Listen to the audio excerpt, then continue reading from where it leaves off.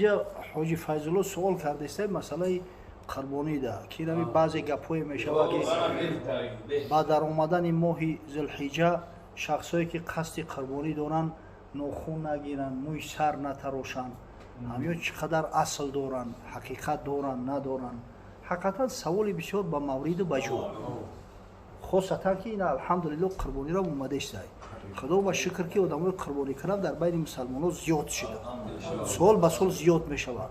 خداوند روز شب که همه مسلمانای به بلاغت رسیده همین امکان و شرایط قربانی کردن داشته باشند. اما اصلی همین سخن از کجا برآمده است؟ در صحیح امام مسلم روایت اومده از مادرمان ام سلمه رضی الله تعالی عنها میگه پیغمبر خدا صلی الله علیه و سلم فرمود اذا دخل هلال ذی الحجه و اراد احدکم ان یضحی فلیمسک عن شعره و اظفاره. وقتی که ماه ذی الحجه در اومد، هلال همون ماهی نو میگن، نه اولی برمدن همون هلال ای. هلال ذی الحجه که دیده شد، هر کسی که قصد قربانی کردن داره موی سرش و ناخناش نگیره.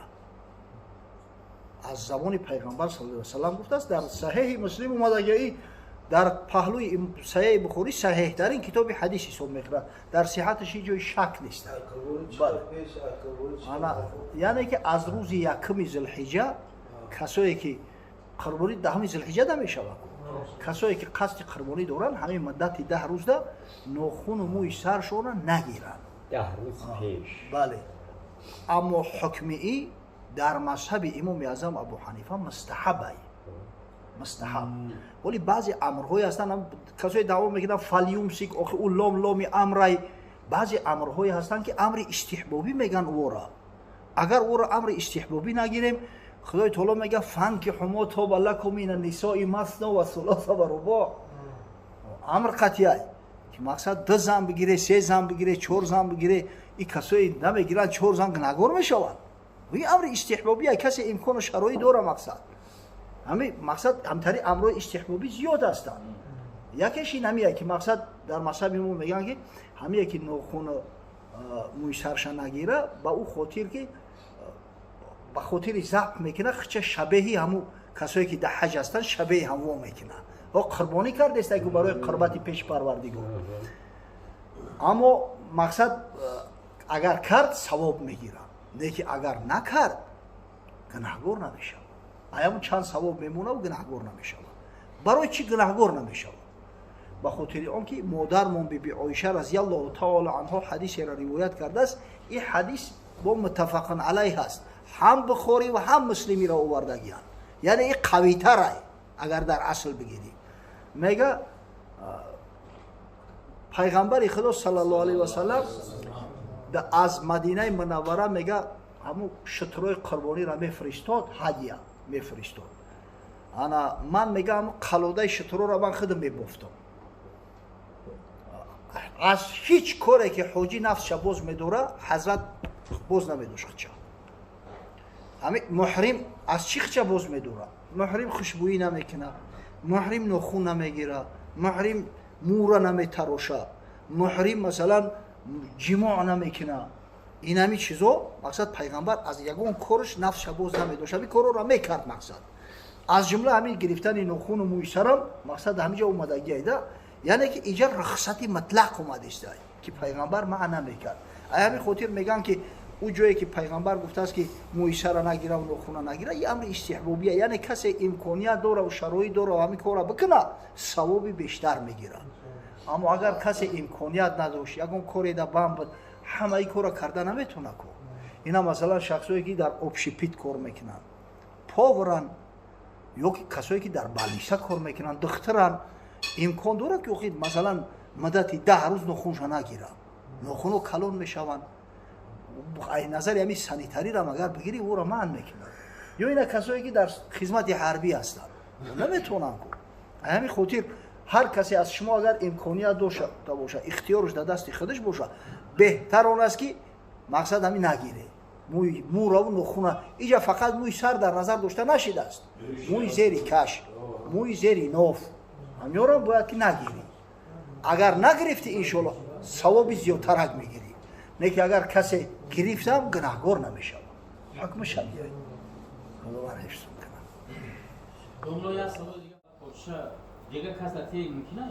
ҳадя кунӣ мумкин аст, фақат фурӯхтан мумкин нест, ҳадя мумкин ягон мушкил надорад.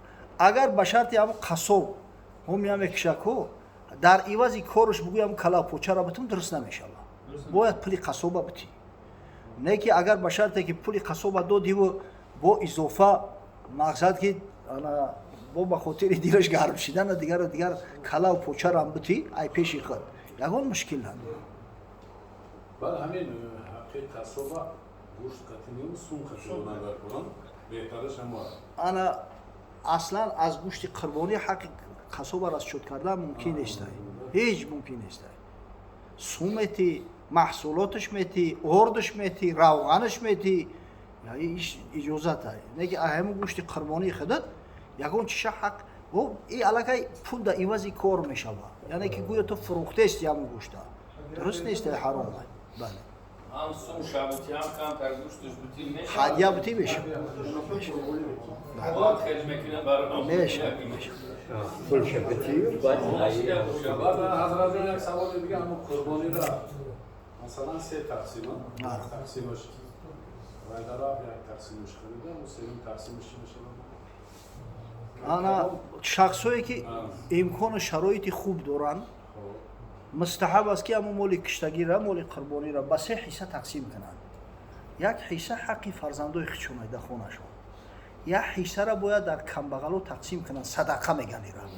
اینا مثلا حق همسایه کمبغلا، خویش تباری کمبغلا.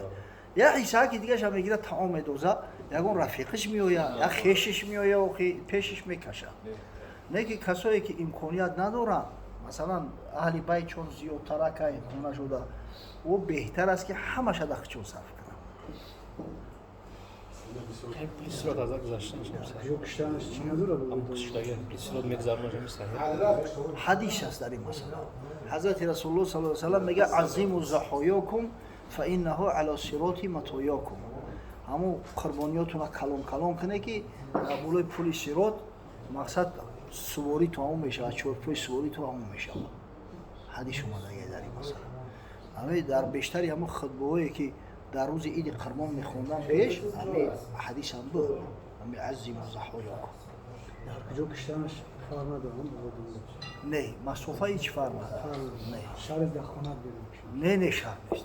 در کجای گو تو هفت کسه گو مسئله گو در گو اگر به شرط عید ساله خورد نباشه میشود 7 کس میتونن شریک شوند. مسئله شریکی داره. شتر هم همین هایی. یا جو دین شتر دیم یک شیر مرد به دست خدا برکتش بده یا حاجی. من میگه که حج میرم 5 مرتبه حاجی شدم دست. انا شتر میکشم همین یا برش که شتر کشتن نتونستم دو بقا گرفتم کشتم. یعنی ترین نرورم هستن و خدا برکت شد. اگر چندی برای او حد همین یک گوسپنده یا بزن کافی بد نه که ثوابی شتر بیشتره. اگه از بس که شتر نیفتم میگه ثوابی شتر دایرو کنم گفتم میگه ده گاو کشتم. گاو و شتر در قربانی حصه برابر مثلا 7 نفر میتونه که شریک شوند. سری کسی انا هر کسی که شریک میشوه حصهش باید نه کمتر از 7 یک باشه. ای 7 یک اگه با کیلو تقسیمش میکنن یا با نرخ اگه با کیلو میکنن و سونترک های قیمتش قطعی. اینا مثلا گاو 7000 خریدن 7000 سومونی همه 7 کس اگر شریک شوند باید هر کس نه کمتر از 1000 سومونی در شریک شوند. یا که مثال 2 کس هم باشن فرق نداره. 2 کس هم باشن میتونن برابر تقسیم کنن. میتونن که یک نفرش ای 7-6 حصه شو بگیرن، یک نفرش ای 7 یک حصه. نه که یا آدم بگه که من ای 7 یک حصه نه و ایو کمتر نیمی او را میگیرم درست نمیشه. بله حد اقل. بعد همون کسایی که شریک میشوند همشو قصد نیت و قربت خدا باشه. یک کس بگه مهمون برای مهمون میگیرم یا که مثلا گوشت در خونه در کار شریک شوه قربانی همش ویران میشه. گویا که اصلا یگون تاش قربانی نکرده. برای همین در انتخاب شریک بسیار احتیاطکار باشید. همون کسایی که قطعی شما شریک میشوند نیت و قربت خدا باشه باید. дарам қилмон. Hazrat Hamid do'st Buxoriy asoli yozdi-ku, mahalliy aytmansoli chiqarolar. Chi? بخواهی میگه صلاح که صلاح کلمه نه سول اهمیت داره برای این به نص صریح شرعی ثابت است. وقتی نص صریح شرعی که اومد نقل اومد دیگه این عقل دم میگیره جای عقل نیست دیگه. عقل در کار شرع نابیناست. عاقلی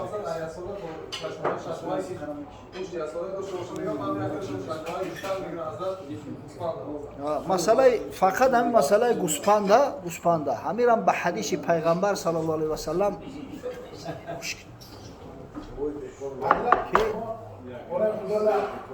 حضرت ما خود در دانده امام خطیب فتوا داد که حال من قربانیتون رو درد هم پولتون را مایان اصلا گشتنگه داننده رو باشه خونتون موجب نیست.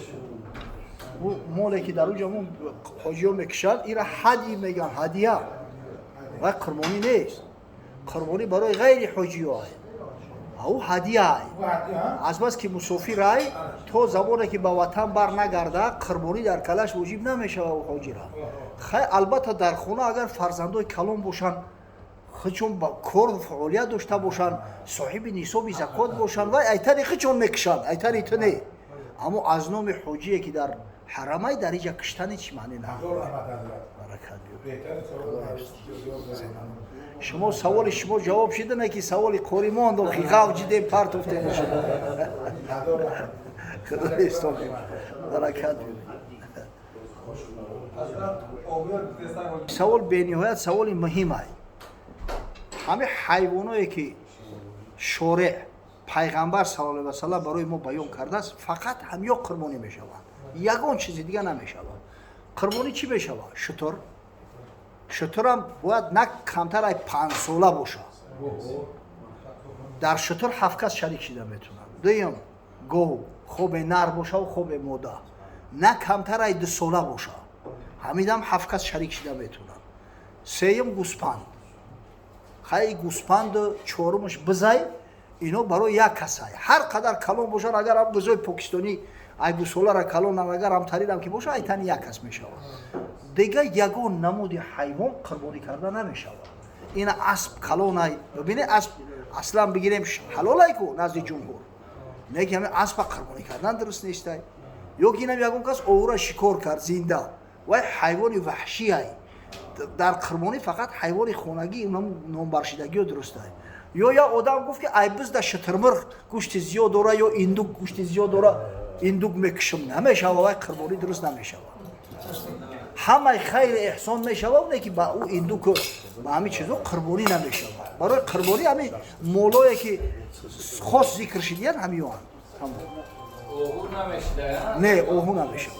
در خونه خودش کلمه انا اینجا یه مسئله که دیگه میبرویم اوهو قطعی بس آمیخته شدن مثلا همون اوهو بچه‌ای که تولد میشوه حکمی همون چی هایی اویو همون را قربانی کرده میشوه یا نمیشوه بچه‌ای مثلا بز بچه‌ای اوهو همینجا جنجال و اختلاف خیلی زیاد هایی بعضی‌ها میگن مادرش اعتبار میکنی بعضی‌هاش میگن پدرش اعتبار میکنی اما قول درست‌ترش همینه که اگر با اوهو شبیه باشه نمیشوه میگه اگر با همون بس شبیه باشه میشوه. خدا استاد